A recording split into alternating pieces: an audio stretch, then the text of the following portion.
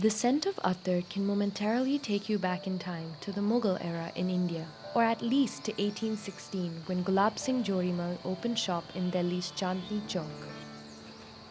This generations-old perfumery still produces alcohol-free essential oils for men and women. Pure ether.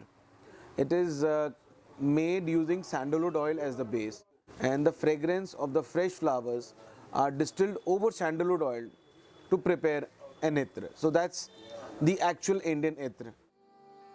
My favorite is rose. In India, it's called the king of flowers. That's our speciality. We need 5,000 kgs of fresh roses to extract 1 kg of rose oil out of them.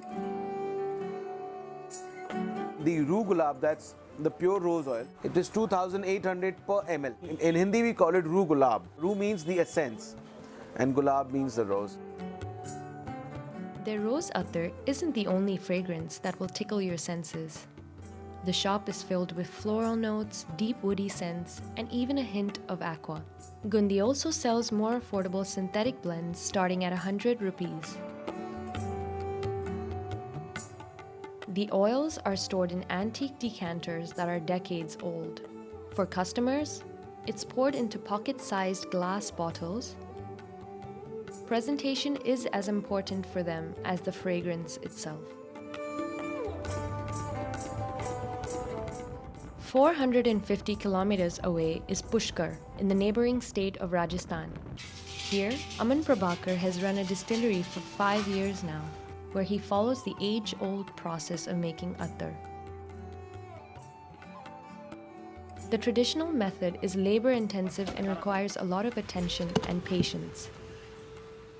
We usually prefer to plug them before sunrise or by the sunrise, because after that, due to sun heat, the substances are volatile in the roses or any flower, so they get vaporized.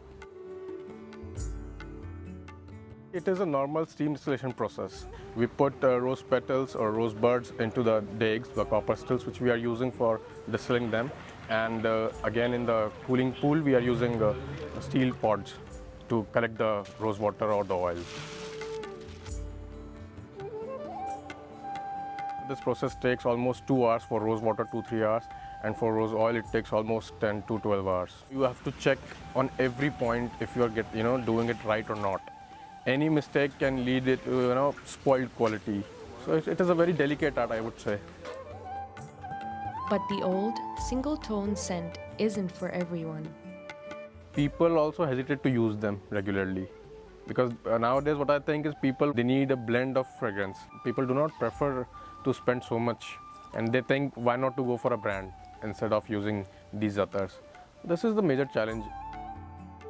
Ours is basically a family business. Those businesses are international businesses. Their way of working is much different, and we cannot compete with them in any way.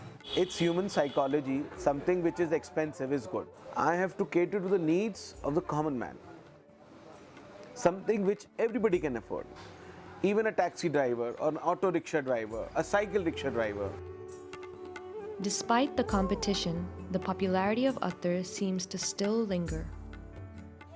Worldwide, what I see is, and in India also nowadays, we are very much leaning towards natural and organic things. We have got a younger generation. From the colleges we have. Younger generation is coming, younger generation is buying also. They also want to come to traditional shop like ours.